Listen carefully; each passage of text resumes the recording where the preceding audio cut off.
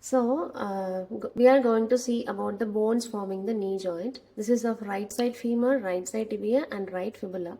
The bones which will be participating in the knee joint formation are femur, tibia, and over anteriorly we will have the patella.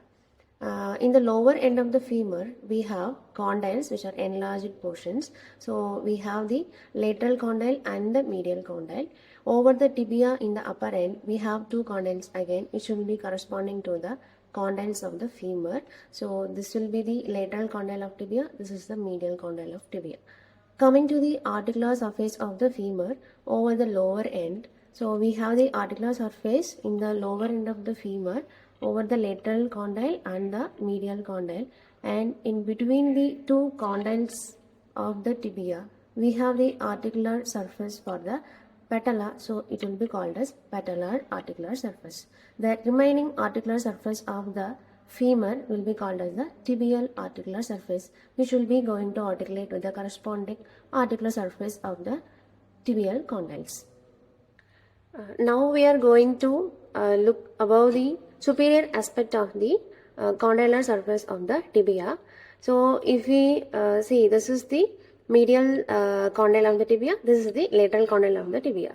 The medial condyle of the tibia superior surface, articular surface is oval in shape, whereas the articular surface on the lateral condyle, it is circular in shape. In between the two articular surface, we have the intercondylar area. This intercondylar area is narrow in the middle, whereas it is widened in the anterior and the posterior aspect. In the intercondylar area, from anterior to posterior, 6 structures will be attached, which is going to help in maintaining the stability of the knee joint. So we will be seeing about the 6 structures which are attached to the intercondylar area in the specimen. So now this is the disarticulated lower limb at the level of knee joint.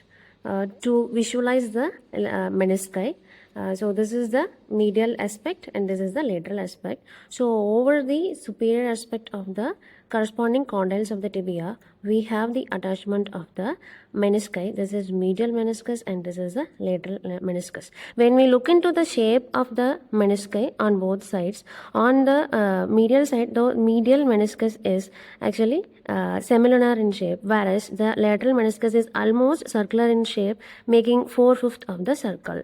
So this is the anterior horn of the medial meniscus. This is the posterior horn of the medial meniscus. This is the anterior horn of the lateral meniscus and the posterior horn.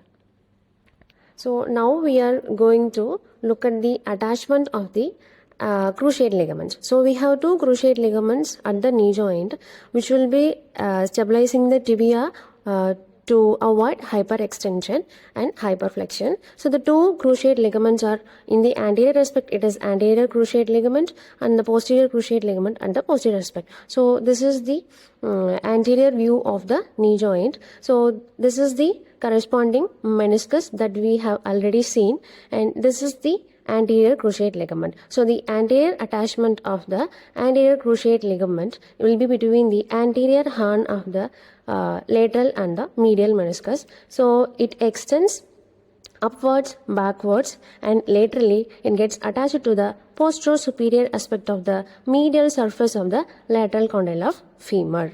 Now we are going to see about the posterior cruciate ligament. So this is the posterior view of the knee joint, whereas this is the posterior cruciate ligament. The anterior and the posterior cruciate ligament are named accordingly according to its attachment on the tibia. So the posterior cruciate ligament over the tibia, it is attached between the two posterior horn of the two menisci, where it extends upwards, forwards, and medially it gets attached to the anteroinferior part of the lateral surface of the medial condyle. Now we are going to see about the collateral ligaments of the knee joint. This is the lateral view of the knee joint, which is showing the lateral collateral ligament or fibular collateral ligament. The upper attachment of the lateral collateral ligament or the fibular collateral ligament is from the lateral epicondyle of the lower end of femur. It extends downwards and it gets attached to the styloid process of fibula. whereas on the medial aspect of the knee joint, it is the medial collateral ligament or the tibial collateral ligament. So the upper attachment of the medial collateral ligament of the knee joint is from the medial epicondyle of lower end of femur. It extends downwards and gets attached to the medial surface of the upper end of the tibia.